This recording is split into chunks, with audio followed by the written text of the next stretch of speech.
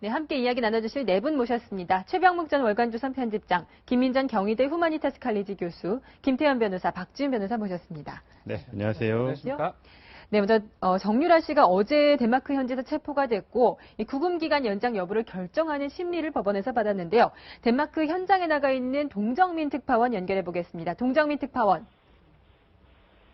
네, 올보리 현장입니다. 네, 동특파원, 이 정유라 씨에 대한 심리가 끝난 걸로 알려졌는데 지금 정유라 씨는 어디 있습니까? 네, 지금 정유라 씨는 덴마크 올보르 시내의 한 구금시설에 안에 있습니다. 그 아이는 정유라가 9월 말부터 머문 그 집에서 60대 보모가 지금 돌보고 있습니다. 이 보모는 한국에서부터 함께 온 것으로 추정이 되는데요. 함께 있었던 일행은 정 씨가 체포될 때 함께 경찰서로 갔지만 모두 풀려나 집에 머물고 있는 것으로 보입니다. 네. 아, 같이 잡혀온 사람들은 다 풀려났고 정유라 씨만 구금시설에 있는 거군요. 네, 그렇습니다. 네, 법원에서 정유라 씨 얼굴을 직접 동특파원이 본 거죠. 어떻든가요? 네, 직접 제가 봤는데요. 입술이 바짝 갈라져 있었고 아주 초췌한 얼굴이었습니다. 네. 21살의 애떤 얼굴은 그대로 남아있고요. 옷차림은 체포 당시에 입었던 그 점퍼에 흰색 운동화를 신고 있었고요. 검은색 라운드 티를 입고 있었습니다. 재판 도중에 통역관이 볼을 건네도 이를 거절하는 모습을 보이기도 했고 재판 내내 허리를 꼿꼿하게 세우고 있었지만 긴장된 모습이 역력했습니다. 네, 지금 사진으로 보이는 모습도 굉장히 초췌해 보이는데요. 이 심리 중에는 영어로 직접 답변을 했나요? 네, 그렇습니다. 덴마크 올보르는 한국인이 거의 살지 않아 그 올보르 법원에 한국인 통역인이 없습니다. 그래서 영어 통역인이 덴마크를 영어로 통역을 해주면 정유라 씨가 이를 알아듣고 영어로 답을 하기도 했는데 영어 실력이 꽤 괜찮았습니다. 자기의 의견을 정확히 표현할 정도는 됐고요. 10분간의 재판 휴식 시간 동안 기자들이 다가가자 본인이 인터뷰를 하겠다 흔쾌히 수용하기도 했습니다. 엄마에 대해서 아주 거침없는 이야기를 쏟아내서 기자들이 좀 놀라기도 했는데요. 재판이 재개되면서 잠시 후에 하겠습니다라고 얘기를 했지만 재판이 끝나자마자 끌려나가는 바람에 이게 이루어지지 못했습니다. 네. 자, 우리나라에선 국정농단 사건으로 사태로 굉장히 시끄러운데 덴마크 현지 법정 분위기, 교민들도 혹시 참석했나요? 어떻든가요? 말씀드린 것 같이 올보르는 교민들이 거의 살지 않습니다. 그래서 교민보다는 오히려 덴마크 기자들이 한 10명 정도 참석해 처음부터 끝까지 지켜봤습니다. 한국 언론에 이게 얼마나 한국에서 큰 뉴스냐 물어보면서 끝까지 자리에 지켰는데요.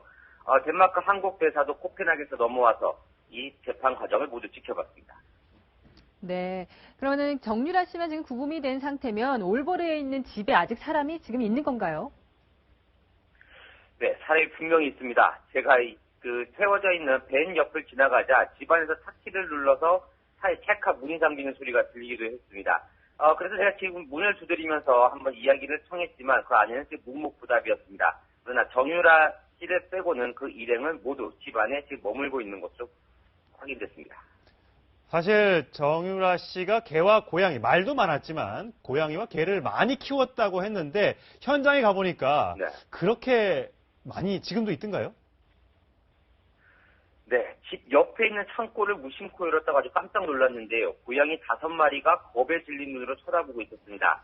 그렇게 창고를 지나 집 안을 들여다보다가 또 한 번 놀랐는데 갑자기 고양이가 방 안에서 창문으로 뛰어들어서 기자들을 쳐다보기도 했습니다. 또 지하로 내려가니까 갑자기 개들이 짖어대기 시작했는데요. 집 안팎에 고양이와 개들로 가득 차 있었습니다. 독일에서 동물 학대 혐의를 받기도 했는데 그 고양이가 머물렀던 창고나 개가 머물렀던 창고 아주 더러운 상태였습니다. 네. 네, 지금까지 올보르에서 전해드렸습니다. 네, 지금까지 덴마크에서 동정민 특파원이었습니다.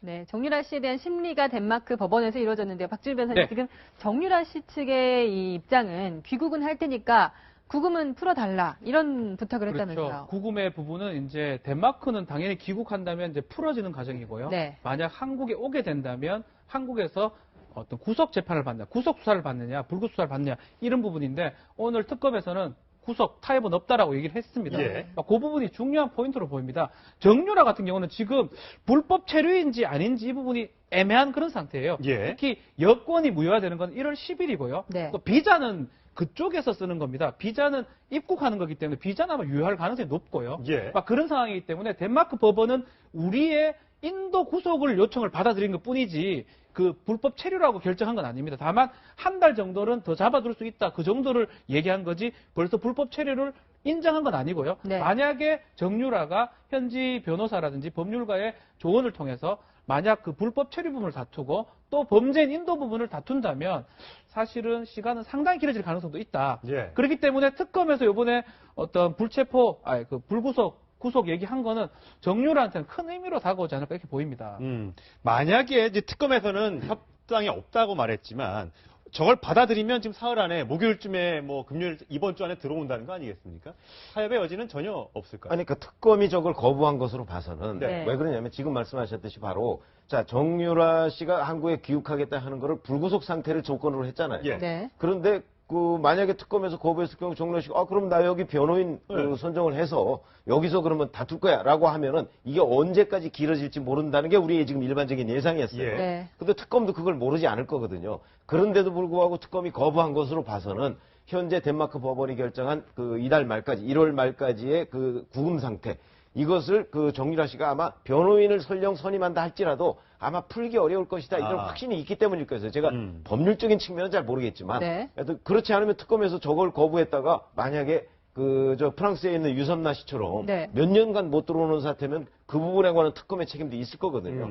그런 거 보면 특검으로서는 여하튼 변호사를 설령 정유라 씨가 선임해서 다툰다 할지라도 이미 강제 귀국 사태는 막지 못할 것이다. 네. 이런 확신이 있는 것으로 보입니다. 그렇다면 우리 국민으로서는 정유라 씨의 귀국이 임박했다 이렇게 보는 것이 맞지 않겠습니까? 만약에 자진 귀국을 해서 글쎄요. 자진 귀국이라도 시켜서 조금 빨리 들어오는 게 낫지 않나 이렇게 보는 사람도 있긴 할 것 같긴 하거든요. 어제 이제 이게 사실 이게 하루마다 조금씩 틀려요. 네. 특검 같은 경우도 사실은 이렇게 잡히려고 아마 예상은 못했었던 네. 것 같습니다. 그러니까 어제 이제 특검 소식에 뭐가 있었냐면 자진 귀국이 지금 최선의 방법이다 이렇게 얘기를 했거든요. 그건 왜 그러냐면 앞서도 두 분 설명하셨듯이 이게 사실은 정상적인 절차를 거치게 되면 이게 중간에 얼루 튈지 모르고요. 왜냐하면 덴마크 사법 절차 우리가 좌지우지할 수는 없는 거 아니겠습니까? 덴마크에서 딱 봤더니 불법 처리 아니구만 90일 넘겨야 이제 불법 처리가 네. 되는 건데 한 50일밖에 안 됐네. 그럼 당신 석방 이렇게 해보면 우리는 닥쳤던 게 지붕 쳐다보는 꼴이 되거든요. 그러니까 이제 긴급 인도 구속 요청인가요? 그걸 통해서 잠시 신병마저 확보해달라는 요청을 한 것이고, 그 다음에 이제 뒤로 정식 절차를 또 밟겠다는 건데, 그게 사실은 어떻게 될지 모르고, 네. 만약에 거기서 선임한 변호인을 통해가지고 정유라 씨가 강력 대응을 하게 되면, 또 인권을 워낙 중요하게 생각하는 또 덴마크나 그 유럽 분위기상, 이게 장기가 될 가능성도 없는 것은 아니거든요. 네. 그렇기 때문에 이제 우리 특검에서도 어떤 형태로든지 자진국이 최선의 방법이다라고 지금 얘기를 하고 있는 거죠.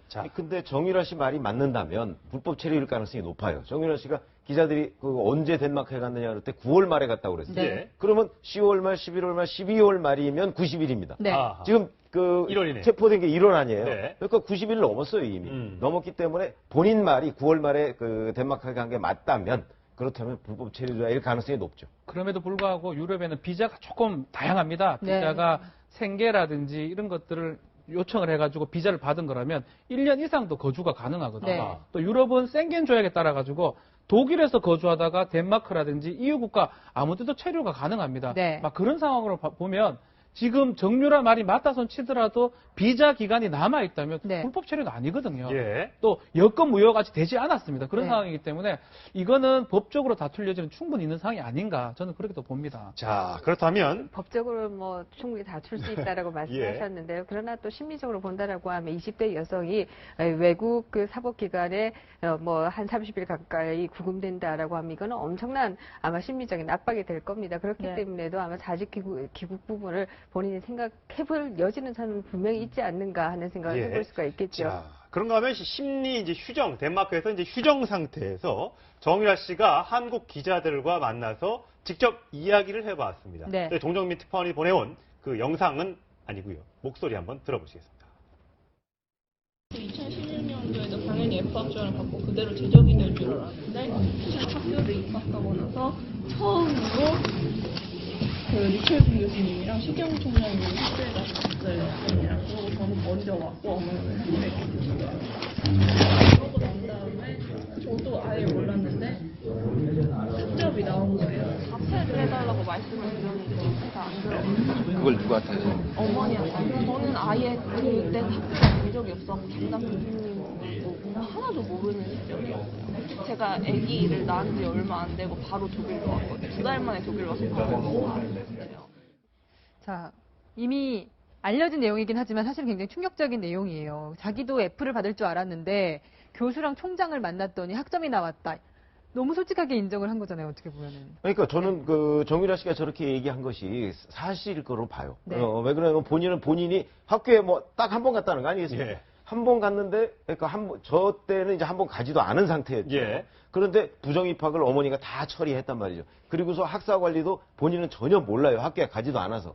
그래서 이제 계속해서 받아보니까 F학점이 나왔단 말이죠. 그래서 이제 학교를 찾아갔다는 거 아닙니까? 네. 찾아가서 어머니랑 같이 찾아가서 그 학장하고 유철균 교수를 만났고, 그것도 뭐 만난 게 한 1분 정도밖에 안 만났다고 지금 얘기를 하거든요. 그리고 나서는 학점이 나왔더라 그러면 그 후의 조치는 자기는 모르는 거예요. 네. 어머니가 다 여기저기 손 쓴 거죠. 그래서 이제 김경숙 전 학장이나 유철균 교수나 뭐 이런 분들이 이제 지금 아마 그 부분은 그러니까 최순실 씨하고 사실관계를 다퉈야 할 부분이니까 저는 정유라 씨가 저렇게 얘기한 부분이 상당한 정도로 사실에 근접할 거라고 봅니다. 근데 사실 돈도 실력이다. 뭐 능력 없는 부모를 원망해라 했던 사람 아닙니까? 네, 그러니까 결국은 자기는 부모 잘 만나서 대학도 가고 말도 타고 여러 가지 특혜를 다 누렸는데 이제 와서는 엄마한테 다 돌리고 있어요. 네, 엄마 때문이라고. 말이 안 되는 얘기죠. 적어도 20대의 젊은 여성이 저런 정신 상태를 가지고 있다라고 하는 것 그 자체가 참 이해하기가 어려운 일이 아닌가 하는 생각을 할 수밖에 없고요. 정말 뭐 이번 최순실 게이트를 본다라고 하면 최순실과 정유라를 위해서는 모든 것이 가능한 대한민국이다. 정말 아름다운 대한민국이다라는 생각을 할 수밖에 없는데요. 학교 안 나가도 학점이 나오고 뭐 시험 안 봐도 답안지가 저절로 만들어지고 어디 만화 속에서나 나올 만한 상황이 아닌가 하는 생각을 할 수밖에 없고요. 사실 뭐 어머니가 다 했는지 몰라도 그것을 결국 누린 것은 본인 아니겠습니까? 그렇다라고 하면 뭐 본인의 책임이 없느냐 그 부분에 대해서 본인이 미안한 마음을 가져야지 전혀 책임이 없다라고 얘기하는 거 이거 자체도 말이 안 되는 얘기죠. 예. 그러니까 본인은 자퇴를 하려고 했다 이런 얘기도 하는 거 보면은 이 얘기만 들어봐도 굉장히 최순실 씨랑 갈등이 많았을 것 같다는 느낌이 들어요. 그러니까 최순실 씨와의 갈등은 그거 있었던 건 네. 사실인 것 같아요. 그러니까 저 지금 정유라 씨가 한 얘기, 난 한우 발랐고 엄마가 다 했어가 진실인지 아닌지는 조금 이제 좀 지켜봐야 되겠죠. 네. 일단 정유라 씨 일방적인 진술이니까 그 부분을 지금 단정적으로 얘기할 수는 없는데 어머니와 그 최순실 씨와 갈등이 많았던 거는 여기서 흔적이 나오고 있지 않습니까?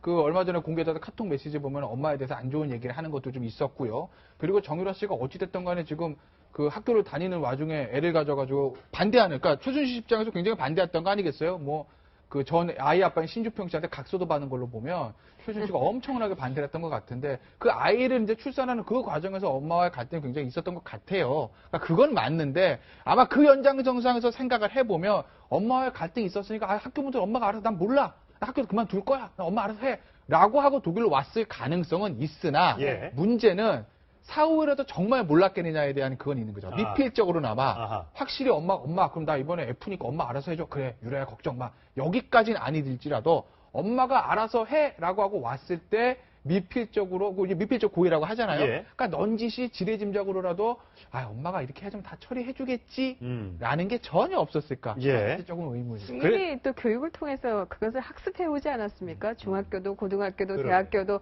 뭐 가만히 있어도 엄마가 다 해준다라고 하는 것을 학습해 왔기 때문에 네. 본인은 전혀 책임이 없다라고 얘기할 수 없겠죠. 무슨 뭐 헬리콥터 마음도 아니고 결국 현재 지금 중졸로 전락하고 말았는데 어저께 이제 정유라 씨가 대학에서 과제물을 제출한 시험지를 제출한 것이 공개가 되면서 굉장히 논란이 됐는데 한번 제가 준비했는데 자료 한번 보실까요? 정유라 씨의 필체부터 다릅니다. 물론 네. 나중에 우리가 이제 비교 분석해 보니까 그렇지만 저게 이제 시험지 답안지입니다. 보면 동그라미 다 맞았는데 또 100점은 안 맞았어요. 대충 계산해 보니까 72점 정도 나오게 딱 조시해서 안 쓴 것도 있고요. 근데 또 황당한 거는 답이 오답인데 정답으로 또 표시했어요. 한 글자 틀렸는데. 네, 아포토스가 아토포스가 원래 답이라죠. 아포토스인데 아포토스 적었는데 정답으로 지금 돼 있고 사실은 정유라가 지금 몰랐든지 알았든지 간에 이수를 가능하게 하기 위해서 조작한 것으로 지금 유철균 담당 교수 유철균 교수인데 네. 지금 구속이 된 상황인데요.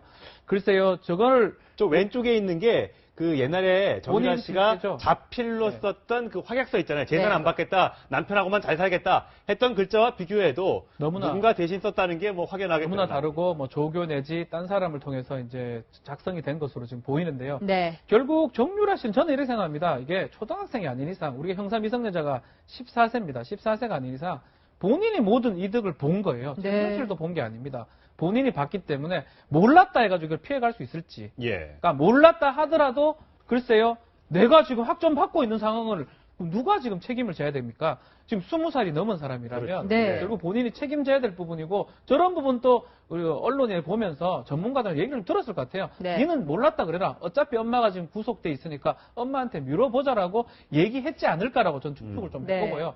그러니까 설사 정말 관심이 없어서 저 학교가 관심이 없고 해도 좋은 학교, 나쁜 학교를 가든 좋은 학교로 가가지고 안 갔다. 이런 부분들은 본인이 책임을 져야 될 부분이 아닌가 이렇게 예. 생각합니다. 네, 정유라 씨는 몰랐다, 의도하지 않았다 하면은 된다고 생각할지도 모르겠지만 이 일 때문에 어제 이 관련 사건을 처리했던 교수, 이 필명 이휘나로 유명한 류 교수는 구속까지 됐습니다. 그런데 이 류철한 교수가요, 이 자기에게 성적을 조작시킨 사람이 이대 김경숙 전 학장이다 이렇게 지목을 했습니다. 그런데 김경숙 전 학장, 이 청문회에서는 계속 모르쇠로 일관을 했었습니다. 청문회 장면 보고 오시죠.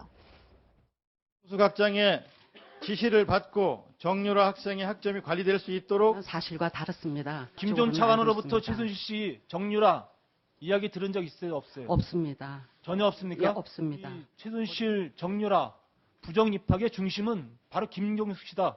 아닙니다. 의원님, 그거는 절대 그렇지 않습니다. 그 당시에 그 학생 이름조차도 저는 생소했습니다.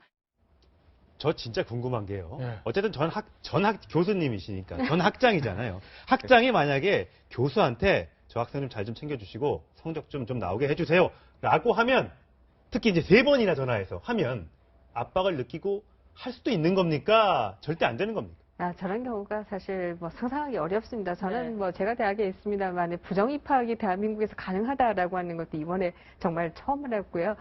저희가 뭐 제가 입학 사정관도 해봤습니다만 그 과정이 정말 엄격하지요. 그런데 이 학점도 뭐 학생이라고 해서 나타나서 갑자기 이 학생을 봐달라. 아마 저 학생도 학생이 아무리 나타났다라고 해도 정윤의 딸이 아니었다라고 한다면 과연 저런 일이 가능했겠는가? 가능하지 네. 않았을 겁니다. 대통령 딸이라도 안 될 것 같은데요, 저게. 뭐 대통령은 권력 3위래잖아요. 아, 예. 1위가 부탁했기 때문에 들어줄 수도 있었을 것이다. 예, 알겠습니다. 어쨌든 이 김경숙 교수가 이 특검 조사 받는 거는 시간 문제겠네요. 시간 문제가 아니라 좀 속단하게 그렇지만 구속도 제가 볼 때 그러겠죠? 시간 문제인 것 같은데. 네. 혈균이 구속됐습니다. 예. 문영표 전 장관 구속됐잖아요. 네. 뭐죠? 위증, 청문회에서 위증 거짓말, 그 다음에 직권남용, 네. 그거 보니까 공무원이 이제 의무 없는 일을 부하들에 시켰다는 거죠. 찬성해, 뭐 이렇게. 예. 김경수 학장 만약에 저게 다 밝혀지면 위증, 네. 수정전 보셨잖아요. 그 다음에 공무원이 아니니까 직권남용은 아닌데 강요, 네. 일반 강요가 되는 거죠. 학점 줘 이거 아니겠어요? 그리고 사실 그 지시를 받은 유철균 교수는 구속이 됐고 네. 비슷한 범죄 이용을 했던 문영표 전 장관도 구속이 됐으면 그러면 김경수 학장도 뭐 구속되는 건 시간 문제 아니겠습니까? 예. 자, 그런가 하면 최근 논란이 이제 되고 있는 외화 밀반출, 재산 은닉과 관련해서도 준비된 듯한 발언이 나왔습니다. 정유라 씨 발언 직접 들어보시겠습니다. 아버지랑 어머니가 이혼하시면서 강원도 땅을 저가 인수를 받았어요. 아빠 명의로, 아빠 몫으로 땅을. 그리고 그 땅으로 담보를 잡았어요. 외환은행에서. 그래서 총 2차례에 걸쳐서 36만 유로를 대출을 받았어요. 1원 한 장 저희 돈 안 쓰고 대출만으로 이 집을 샀어요. 한국에서 이 대출을 다 갚았어요.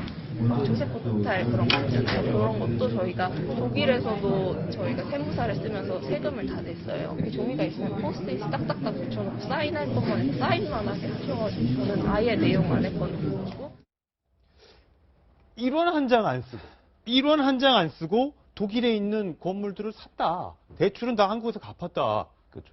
세상이 참 아니, 편해요. 그게- 해외 나가서 뭐 그게 우리가 지금까지 가지고 있던 여러 가지 의문하고는 저건 좀 다른 얘기입니다. 예. 우리는 외화 밀반출 부분을 지금 문제 삼고 있잖아요. 예. 외화 밀반출은 저 돈이 그럼 처음에 어디서 나왔네요? 한국에서 대출을 받았다는 거예요. 예. 외화 밀반출은 이 대출받은 돈을 독일로 가져가는 과정을 얘기하는 그렇죠. 것이고 예. 지금 정유라 씨가 얘기하는 건 이 대출받은 과정하고 독일에서 세금 냈다는 건 아마 집을 사고서 세금을 냈다는 것 예, 같아요. 그렇죠. 예. 그러니까 우리가 문제 삼는 건 요 중간 과정인데 정유라 씨는 지금 여기와 여기를 얘기하고 있는 거예요. 그런 점에서 보면 저건 완전히 다른 것이고 네. 저 정도로 그 지금까지 뭐 자기 뭐 F 받고 뭐 계속 이랬다는 사람이 한국에서 어떻게 해서 대출 받고 나중에 다 갚고 이런 얘기를 계속 하는 걸로 봐서는 예. 본인도 그 변호사로부터 상당한 정도의 얘기를 들은 거예요. 그래서 누가 만약 물었을 때는 요 그 독일에 있는 자택 구입 과정은 이런 식으로 얘기를 하라 해서 교육을 받은 대로 지금 얘기를 하고 있는 것 같거든요. 네. 예. 그러나 외화 밀반출 부분은 한국에서 대출받은 돈을 어떻게 독일로 가져갔느냐는 부분이에요. 그게 이제 신고를 제대로 하고 가져갔느냐 아니면 신고 없이 가져갔느냐. 이런 부분에 따라서 그 네, 근데 위법 정유라 씨 행위하고 말 결정이 되겠죠. 자체에도 모순이 있지 않습니까? 앞에서는 뭐 땅을 담보를 받아서 그냥 대출을 내고 그것을 집을 사고 세무사를 고용해서 뭐 세금을 다 냈다라고 예. 얘기하는데 또 어머니가 이거는 포스트잇을 다 붙여서 자기는 내용을 하나도 모르고 사인만 했다라고 그러네요. 얘기를 하고 있지 않습니까? 그래서 앞뒤의 얘기가 완전히 네. 다른 얘기가 아닌가 하는 생각. 요건 뭐 네티즌들 얘기이기도 하지만 사실은 일주일 전에 다음 주 이번 주만 봐봐라 교민이 그런 얘기를 했습니다. 예. 신문에 나오고 끝날 것이라 얘기를 했고요. 대통령의 갑작스러운 기자회견이 있었고 그 후에 좀 정유라가 잡혔습니다. 예. 네. 그까지는 뭐 이해가 되는데 정유라가 잡히자마자 정유라가 저 상황이면 20살짜리고 기자하고 얘기하기가 어렵거든 인터뷰하기가. 네. 엄마도 지금 피하고 있잖아요, 그렇죠. 기자들과. 인터뷰를 저렇게 준비된 것처럼 인터뷰를 잘하는 모습을 봤을 때 저는 이건 아니라고 믿고 싶지만 뭔가 잡히기를 예상된 상황이 아니었나. 네. 저는 다 지금 업무방해 부분, 그 부분은 엄마가 다 했다고 얘기를 했고요. 어떤 조직범죄, 또 세금 포탈이라든지 외국환 거래법 위반 이 부분은 지금 정확하게 했다라는 얘기를 한 거거든요. 20살짜리가 모를 거예요. 저거 변호사들도 잘 모르는 내용을 정확하게 얘기한다는 거는 전문가의 조언을 따라서 어쩌면 정말로 잡히기로 예정된 상황이 아닌가 이런 어떤 어설픈 추측도 좀 해봅니다. 네. 그렇군요. 어쨌든 정유라 씨가 이런 엄청난 특혜를 받은 뒤에는 바로 박근혜 대통령이 있었기 때문인데요. 박근혜 대통령을 아냐라는 질문에는 이렇게 대답했습니다. 함께 들어보시죠. 제가 박근혜 대통령을 뵙긴 뵀는데요. 마지막으로 뵌 게 저희 아버지가 일하시는데 뵀어요. 그게 어때요? 제가 초등학교 때일 거예요. 그때 저를 들을 수가 없는데 제가 그때 임신 중이어가지고 어머니랑 완전히 사이가 틀어져서 아예 연락을 안 할 때였어요. 저는 신림동에 살고 어머니는 강남구에 살고. 저는 저 얘기에는 좀 신빙성이 있다고 보십니까? 박근혜 대통령. 글쎄요, 네. 저희 말은 우리가 신빙성을 따지기가 쉽지가 네. 않죠. 이제 관련자들 진짜 아까 봤었던 하게 말하는 것 같기도 하고. 외압 밀반출이야. 그 뭐 서류 보면 나오는 거니까 그건 네. 뭐 진술과 상관없이 밝혀진 건데 저건 사실 뭐 대질도 하고 막 이래야 되지 않습니까? 근데 그거 하나는 맞는 것 같아요. 그때는 제가 임신 중에서 어머니랑 사이가 안 좋을 때고 네. 신림동에 살고 어머니는 강남구에 살고 아니 왜 그때 뭐 보면 뭐 우리도 그 방송에서 얘기했었지만 예, 뭐 쪽방 반자방에 예, 들어가서 살면서 뭐 누구를 뭐 시켜가지고 가서 뭐 압박을 했다 이런 얘기도 막 하지 않았어요. 네. 그 정도로 사이는 안 좋았던 거 그건 맞는 것 같은데 아버지하고 같이 일할 때 그러니까 이제 정윤회 씨가 비서실장을 할 때 2000년대 초반이겠죠. 한나라당 대표 시절 부총재 시절일 겁니다. 그때 이제까지만 박근혜 대통령 보고 그 다음에는 한 번도 본 적이 없다. 네.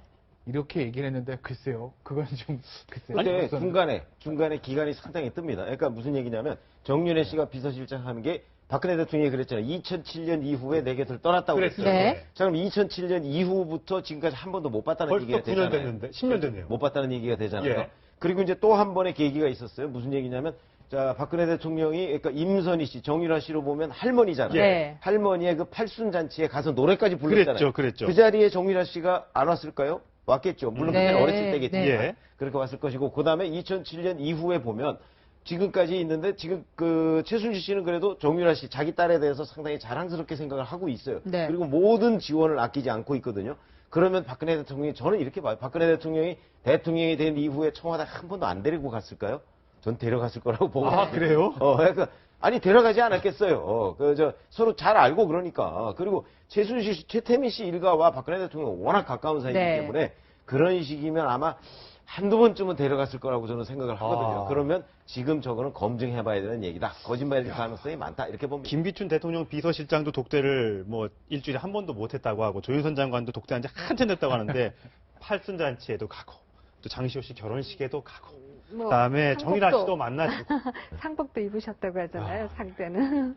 참 이 국민들은 참 기가 찰 노릇인 것 같습니다. 네.